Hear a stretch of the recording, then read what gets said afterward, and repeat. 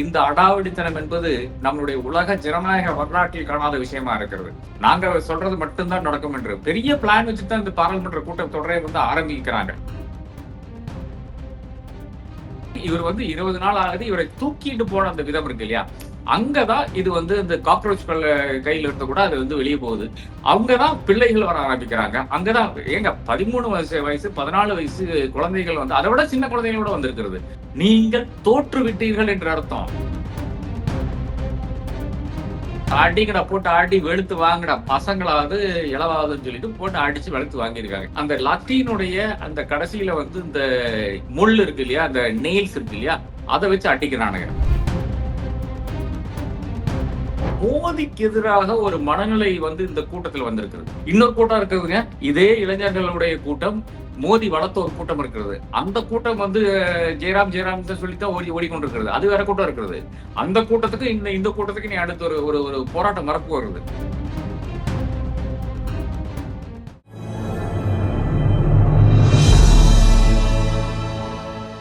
Tamil news நேரல் வணக்கம். இன்றைய சிறப்பு நேர்காணலில் நம்ம இருந்திருப்பவர் மூத்த பத்திரிகையாளர், அரசியல் திறனாய்வாளர், மரியாதைக்குரிய doctor R.K. Radhakrishnan sir. Sir வணக்கம்.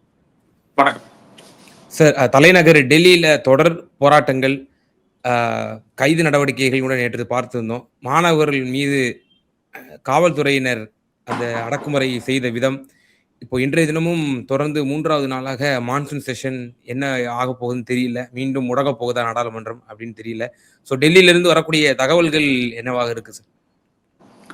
நிச்சயமாக நாடாளுமன்றத்தினுடைய இந்த கூட்டத்தொடரில் கடைசியாக அக்செப்ட் பண்ணிட்டாங்க. இந்த பசங்களுடைய பிரச்சனை பேசலாம் அப்படின்னு அக்செப்ட் பண்ணியிருக்காங்க. அது இன்னைக்கு நடக்கும் என்று நான் கருதுகிறேன். அட்லீஸ்ட் அந்த அளவுக்கு நிச்சயமாக நாடாளுமன்றம் நடக்கும். அதன் பிறகுதான் இந்த மாதிரி இவர் ராஜினாமா செய்ய வேண்டும் என்ற டிமாண்ட் எழும்.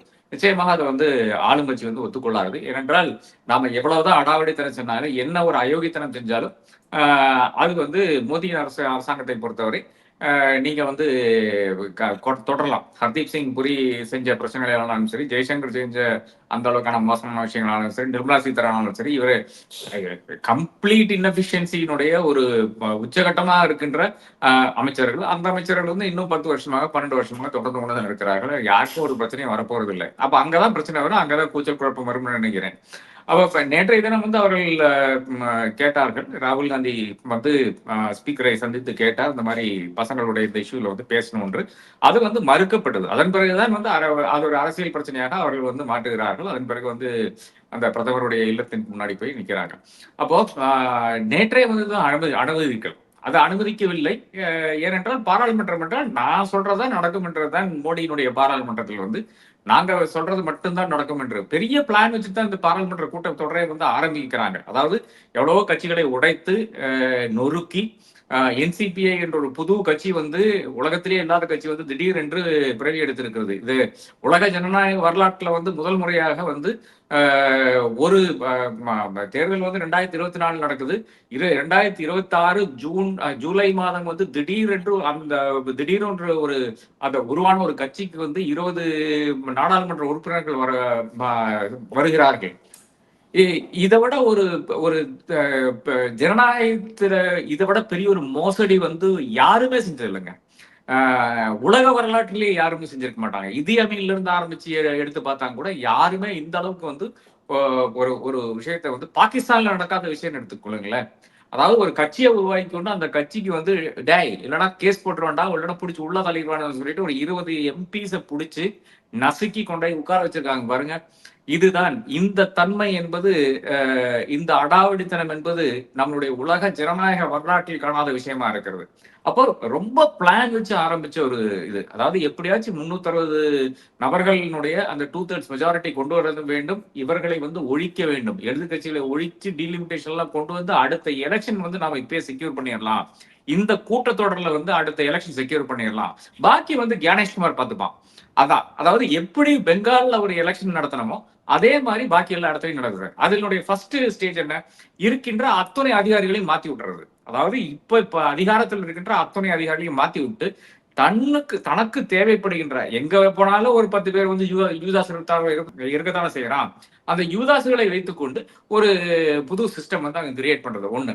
ரெண்டாவது வந்து தனக்கு பிடித்த அதிகாரிகளை வந்து பாக்கி இருக்கின்ற மாநிலங்கள்ல இந்த லேட்டரல் என்ட்ரியில வந்தவன் முழுக்க முழுக்க ஆர்எஸ்எஸ் காரன் இவனையெல்லாம் வந்து அந்த மாநிலத்துக்கு வந்து தேர்தல் அதிகாரியாக அனுப்ப வேண்டியது, அதாவது அப்சர்வர்ஸாக அனுப்ப வேண்டியது. போலீஸ்காரன் வந்து இப்போ சமீபத்திலோட யூபியில் இருக்கின்ற ஒரு பெரிய கம்ப்ளீட் ஒரு கிரிமினல் ரெக்கார்டு ஏறத்தாழ இருக்கின்ற, அதை வேற ஏதாச்சும் மாநிலத்தில் இருந்தா அவனை வந்து டிஸ்மிஸ் பண்ணியிருப்பாங்க. அந்த மாதிரி ஒரு அதிகாரம் வந்து அங்க அனுப்பி வச்சாங்க, கல்கட்டாக்கு அனுப்பி வச்சாங்க தேர்தல் அதிகாரி. அப்போ செகண்ட் ஃபேஸ் வந்து இதுதான். மூணாவது ஃபேஸ் வந்து தான் இப்போ இதை தாண்டி வந்து நீங்க வந்து யார் ஓட்டு பண்றா ஓட்டு பண்ண முடியாது எல்லாம் இருக்கிறது இல்லையா. இப்ப எஸ்ஐஆர் இருக்குது, அந்த எஸ்ஐஆர் இந்த 3-4 விஷயங்களை வைத்துக்கொண்டு ஞானேஷ் வந்து பாக்கி பார்த்துப்பான். அப்ப இந்த ஒரு கட்டமைப்பில் வந்து உள்ள வர்றாங்க, டப்புன்னு வந்து அப்படியே முடிச்சு இந்த மன்சூன் செஷன்ல வந்து 2029 முழுக்க முழுக்க அப்படியே நான் முடிச்சிட வேண்டும் என்ற அந்த இலக்கோடு உள்ள வந்தாங்க. ஒரு 10 பசங்க போயிட்டு ஜந்தர் மந்தர்ல உட்காந்து இதெல்லாம் காலி பண்ணி விட்டாங்க. இதுதான் நடந்துச்சு. அப்ப ஃபர்ஸ்ட் வந்து அந்த பசங்க போய் உட்கார்ந்து கூட பிரச்சனை கிடையாது. இந்த சோனம் வாங்ஸ்னு ஒருத்தர் வந்து உள்ள வந்தாங்க இல்லையா, அவர் போயிட்டு ஹங்கர் ஸ்ட்ரைக்கினுடைய அந்த தன்மை என்னன்னு பாத்தீங்கன்னா, அது அருந்ததி ராய் போனவங்க வந்து அதை வந்து கொச்சைப்படுத்துவார்கள். அதுக்கு ஒரு ஆடியன்ஸ் தேவைப்படுகிறது. அந்த ஆடியன்ஸ் இல்லை என்றால் நீங்க வந்து மரணப்படுகிறீர்கள், அந்த மரணத்தோடு நீங்க வந்து அழிஞ்சு போயிருவீங்க, அதோட முடிஞ்சு போயிருவீங்க.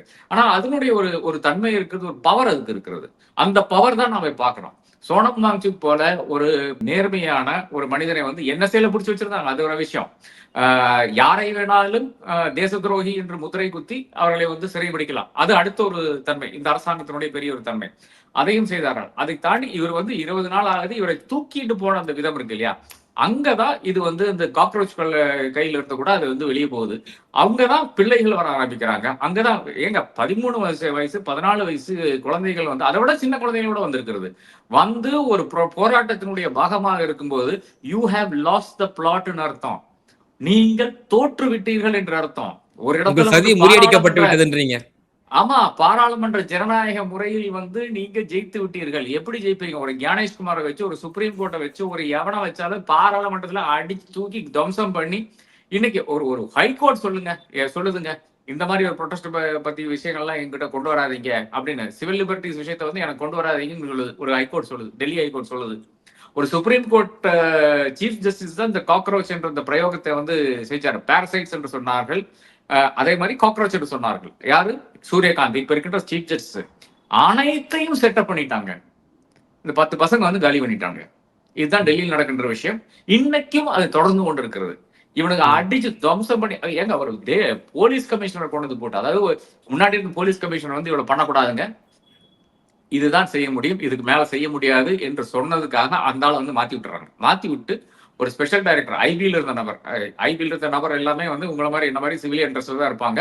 அவர்கள் கெரியர்ல வந்து லா அண்ட் ஆர்டர் பக்கமே தலை வச்சு படிச்சிருக்க மாட்டாங்க. ஏதோ ஒரு சமயத்துல வந்து ஐபிஎஸ் நீங்க சேர்ற சமயத்துல நீங்க வந்து டெஃபினட்டா கொஞ்சம் லா அண்ட் ஆர்டர் பார்த்திருப்பீங்க. அதை தாண்டி கிடையாது. லா அண்ட் ஆர்டர் என்னன்னு தெரியாத ஒரு ஆள். ஆனா அமித்ஷாவுக்கு வந்து ஒத்தாசை செய்கின்ற ஒரு நபர். அவர் சொல்றாரு, அடிங்கடா போட்டு அடி வெளுத்து வாங்கடா, பசங்களாவது இளவாதுன்னு சொல்லிட்டு போட்டு அடிச்சு வெளுத்து வாங்கியிருக்காங்க. எது? 12 வயசு பையனுடைய தலைவரை உடைச்சிருக்காங்க. அப்புறம் வந்து அந்த லத்தீனுடைய அந்த கடைசியில வந்து இந்த முள் இருக்கு இல்லையா, அந்த நெயில்ஸ் இருக்கு இல்லையா, அதை வச்சு அடிக்கிறானுங்க. அதாவது அந்த கிளப் மாதிரி இருக்கும், கடைசியில பெரிய லட்டி, அது கடைசியில வந்து ஸ்பைக்ஸ் மாதிரி இருக்கும், அந்த ஸ்பைக்ஸ் வச்சு அடிச்சிருக்கானுங்க. பெல்லட் கன்ஸ் யூஸ் பண்ணிருக்கானுங்க நேத்து. இது போலீஸ் கிடையாதுங்க, இது அதோட தமிழ்நாட்டில் இருக்கிறத விட பெரிய ஒரு கெஸ்டபா கும்பல் மாதிரி இருக்கு. ட்ரிபிளிகேன் டிசி ரேஞ்சில் இருக்கிறவங்க தான் உட்காந்துருக்காங்க அங்க. ட்ரிபிளிகேன் டிசி வந்து நம்மளுடைய விஜயனை கொண்டு உட்கார வச்சார் இல்லையா, 8 மணி நேரம் உட்கார வச்சார் இல்லையா, ஏறத்தால அவன மாதிரி தான் இருக்கிறவங்க மட்டும்தான் டெல்லியில வந்து கெஸ்டபா ஃபோர்ஸாக இருக்கிறானுங்க. அப்ப அந்த கெஸ்டபா ஃபோர்ஸ் தான் நேற்றைய தினம் வந்து பசங்களை வந்து அந்த அளவுக்கு துன்புறுத்தி இருக்கிறது. அதை தாண்டியும் வந்திருக்கிறார்கள் பசங்க. அங்க அந்த ஸ்டேஜ் எல்லாம் கம்ப்ளீட்டா நாசம் பண்ணி தூக்கி போட்டு பெரிய 10 ஃபீட் பேரிகேட் போடானுங்க. ஏங்க நீங்க என்ன பெரிய பேரிகேட் போட்டாலும் குட்டி பசங்க அவங்களுக்கு வந்து டேய் எங்களுக்கு எதிராக இருக்குன்னு சொல்லிட்டு இன்னைக்கு மோதிக்கு எதிராக ஒரு மனநிலை வந்து இந்த கூட்டத்தில் வந்திருக்கிறது. இன்னொரு கூட்டம் இருக்குதுங்க, இதே இளைஞர்களுடைய கூட்டம், மோடி வளர்த்த ஒரு கூட்டம் இருக்கிறது. அந்த கூட்டம் வந்து ஜெயராம் ஜெயராம் சொல்லித்தான் ஓடிக்கொண்டிருக்கிறது. அது வேற கூட்டம் இருக்கிறது. அந்த கூட்டத்துக்கு இந்த கூட்டத்துக்கு நீ அடுத்து ஒரு ஒரு ஒரு போராட்டம் வரப்பு வருது. அது பார்ப்போம். அது எப்படி வருதுன்னு பார்ப்போம். அப்ப இன்னைக்கு இருக்கிற நிலையில வந்து ஒரு ஆன்டி மோடி வேவ் என்பது இந்த ஒரு இங்கிலீஷ் ஸ்பீக்கிங் மிடில் கிளாஸ் இளைஞர்கள் மத்தியில் பரவிவிட்டது என்பதுதான். இதுதான் பாஜகவினுடைய மெயின் சப்போர்ட் பேஸ் என்றது மறந்துவிடக்கூடாது. எனக்கு கடந்த பேட்டியில நீங்க ஒரு விஷயம் குறிப்பிட்டிருந்தீங்க. ராகுல் காந்தி இஷ்யூஸ ஒழுங்கா அட்ரஸ் பண்றது இல்ல. முக்கியமான தருணங்கள்ல அவர் வந்து களத்துல இருக்கிறது இல்ல அப்படின்ற நீங்க விஷயம் சொன்னீங்க. ஃபாரினுக்கு போயிடுறாருன்ட்டு. இப்போ இந்த சிஜேபி நடத்தின மாணவர்கள் தன்னெழுச்சியாக எடுத்திருக்கக்கூடிய இந்த போராட்டத்திற்கு இப்போ நேற்றைய தினம் அவர் வந்து நான் சப்போர்ட் பண்றேன் அப்படின்னு சொல்லி அவர் களத்துல வந்து இறங்கினாரு. பிறகு அரெஸ்ட் ஆகி சில மணி நேரங்கள்ல அவரை விடுவிச்சிட்டாங்க. இப்போ நான் வெளிப்படையா கேட்கிறேன், இது வந்து ஒரு மெட்டீரியல் பாலிடிக்ஸினுடைய லாபத்திற்காகவும் கிரெடிட் எடுத்துக்கிறதுக்காகவும் தான் வந்து ராகுல் காந்தி இதுல ஜஸ்ட் பங்கேற்றாருன்னு நம்ம எடுத்துக்க வேண்டியது இருக்கா?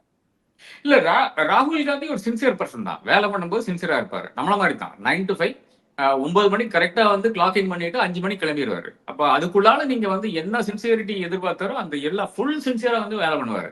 அப்ப ஹாலிடேஸ் போகும்போது நீங்க கேட்கக்கூடாது. ஹாலிடே போவாரு, விபாசனா போவாரு, இப்ப அங்கங்க போவாரு, ஏதோ பண்ணுவாரு. வேண்டுகின்ற காரியங்கள் இன்னும் செய்ய மாட்டாரு. தமிழ்நாட்டுல இவ்வளவு பெரிய ஒரு அவலம் நடந்து கொண்டிருக்கிறது இதெல்லாம் கண்டுக்க மாட்டாரு. ஒண்ணு ஒரு பிரச்சனையும் கிடையாது. ஆனால் 9 to 5 வந்து சூப்பரா வேலை பண்ணுவார். இப்போ வந்து ஒரு பெரிய ஒரு விஷயம் நடந்திருக்கு. என்ன அந்த சிஜேபி ப்ரொடெஸ்ட் வந்து ஒரு பெரிய ஒரு யூத் மூவ்மெண்டாக வந்து இன்னைக்கு ஜென்சியினுடைய ஒரு அறைகூவலாக இன்னைக்கு வந்து மாறி இருக்கிறது. இவர் வந்து அதை வந்து கையில் எடுக்க பாக்குறாரு. ஆக்சுவலி சக்சீட் ஆயிட்டார். என்ன பொறுத்தவரை வந்து ஹி ஹஸ் ஹைஜாக்ட் அந்த என்டையர் ப்ரொடெஸ்ட்.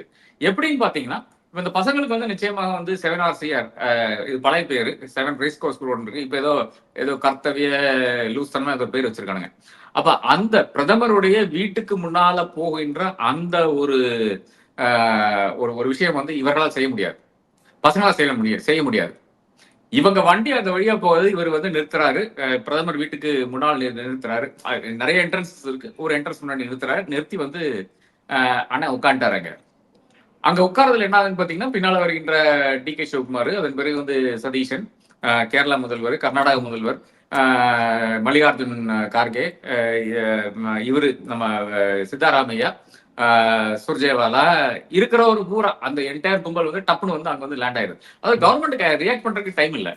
அதாவது ஹை செக்யூரிட்டி ஏரியா, இந்த ஹை செக்யூரிட்டி ஏரியாக்குள்ள இப்படி நடக்கக்கூடாது. நான் சாதாரண கதியில வந்து ஒரு சாதாரண if we were in ordinary times I would have said என்னங்க இப்படி பண்ணிட்டாரு, தவறுங்க, இது வந்து செக்யூரிட்டி ஏரியா, நிச்சயமாக செய்திருக்கக்கூடாது, பிரதமருடைய லைஃபுக்கு ஆபத்துன்னு நான் வந்து வாதிட்டு இருப்பேன். ஆனா இப்ப ஜனநாயகம் கிடையாது, ஒரு லுட்டுலோஸ்கும் கிடையாது. இவர் வந்து ஜனநாயக முறைப்படி வந்து தேர்ந்தெடுக்கப்பட்டு வந்தால் கூட இவர்கள் வந்து டிக்டேட்டர்ஸா வந்து வலம் வந்து கொண்டிருக்கின்ற சமயத்துல வந்து நிச்சயமாக ஒரு ராஜாவாக ஒரு எம்பரராக வலம் வந்து கொண்டிருக்கிற சமயத்துல வந்து நான் ஜஸ்டிஃபை பண்ண நான் முயற்சி செய்வேன்.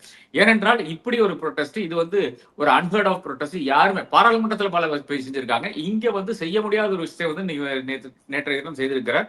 It got the imagination. அப்பத்தானுங்க இந்த கோதி மீடியா பசங்க வந்து நிக்கிறானுங்க. அதுக்கு முன்னால வந்து அந்த தடியடி கொஞ்சம் கவர் பண்ணானுங்க. ஆனா பாராளுமன்றத்தை அட்டாக் பண்ண வந்தாங்கன்னு சொல்லிட்டு பயங்கரமா வந்து பண்ணானுங்க. அதன் பிறகு இப்பதான் வந்து முன்னால வந்து நிக்கிறாங்க. வேற வழி இல்ல. லைவ் போக வேண்டிய கட்டாயம். பிரதமருடைய வீடு. ராகுல் காந்தி உட்கார்ந்து கொண்டிருக்கார், பிரியங்கா காந்தி உட்கார்ந்து கொண்டிருக்கிறார், 2 முதலமைச்சர் இருக்கிறாங்க. அந்த 2 முதலமைச்சர் இருக்கிற விஷயத்தை வந்து இங்க காட்டவில்லை என்றால் இங்கிருந்து அவங்களுக்கு விளம்பரம் வராது. இந்த மாதிரி பல விஷயங்கள் இருக்கு இல்லையா? ஸ்டேட்ல இருக்கிற விளம்பரம் இன்னைக்கு கூட ஒரு கோதி மீடியா அவுட்ஃபிட்டை வந்து விஜய் பார்த்து கொண்டிருக்கார். நேத்தும் சந்தித்தார் ஒரு விஜய் கோதி மீடியா அவுட்ஃபிட்டை. அப்ப இந்த மாதிரி தமிழகத்திலிருந்து அப்கோர்ஸ் குரலே கிடையாது. முதல்வர் வந்து மௌனி, நமக்கு எல்லாருக்கும் தெரிஞ்ச விஷயமா இருக்கிறது. ஆனால் இந்த ஒரு விஷயம் செய்ததுனால அப்படியே அந்த அட்டென்ஷன் என்பது, அந்த அஜிடேஷன் மேல இருக்கின்ற அட்டென்ஷன் என்பது பல மடங்கு ஆகிவிட்டது. காங்கிரஸ் ஹேண்டில்ஸ் வந்து இது பண்ணுது. சதீஷன் என்பது சோசியல் மீடியாவில் ஒரு பெரிய சென்சேஷன். டிகே வந்து இப்பதான் வந்து கொண்டு இருக்கிறார். பட் இருந்தாலும் அவரும் ஒரு பெரிய சென்சேஷனா இருக்கிறார்.